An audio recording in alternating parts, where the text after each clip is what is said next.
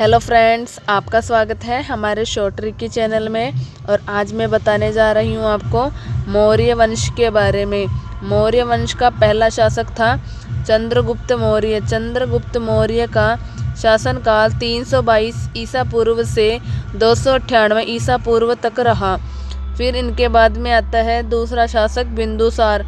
बिंदुसार का शासनकाल 298 ईसा पूर्व से 278 ईसा पूर्व तक रहा। फिर इनके बाद आते हैं सुसीम। सुसीम यानी सुमन। फिर आता है अशोकवर्धन। अशोकवर्धन का रहा शासनकाल 269 से 232 ईसा पूर्व तक। फिर आता है विगत शोक। फिर आते हैं अशोकवर्धन के पुत्र आते हैं। पहला पुत्र था महेंद्र। फिर इनकी एक पुत्री थी, उनका नाम था संघमित्रा। फिर आते हैं चारुमती। फिर आता है कुणाल। कुणाल को धर्म विवर्धन भी कहते हैं। फिर आता है जालोक। जालोक का कश्मीर का राजा था जालोक। और फिर आता है तिवर।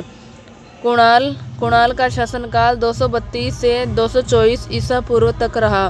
और महेंद्र और संघमित्रा को अशोकवर्धन ने श्रीलंका भेजा था। फिर आते हैं कुणाल के बाद बंद्र पालित दशरथ विगत शोक संप्रति। दशरथ विगत शोक का शासनकाल 234 से 216 ईसा पूर्व तक रहा। और संप्रति का शासनकाल रहा 216 से 212 ईसा पूर्व तक।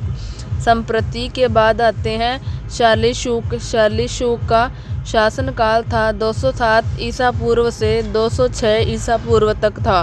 फिर आते हैं शालीशुक के बाद देवधर्मवर्मन। देवधर्मवर्मन को देववर्मा के नाम से भी जाना जाता है। और इनका शासनकाल रहा 206 से 199 ईसा पूर्व तक। फिर देवधर्मवर्मन के बाद आते हैं शतधनुष। शतधनुष का शासनकाल था 199 ईसा पूर्व से 191 ईसा पूर्व तक। फिर आते हैं शतधनुष के बाद बृहदत्त। बृहदत्त का शासनकाल था 191 से 187 ईसा पूर्व। Thank you friends watching my video. Please subscribe my channel short trick की। Thank you.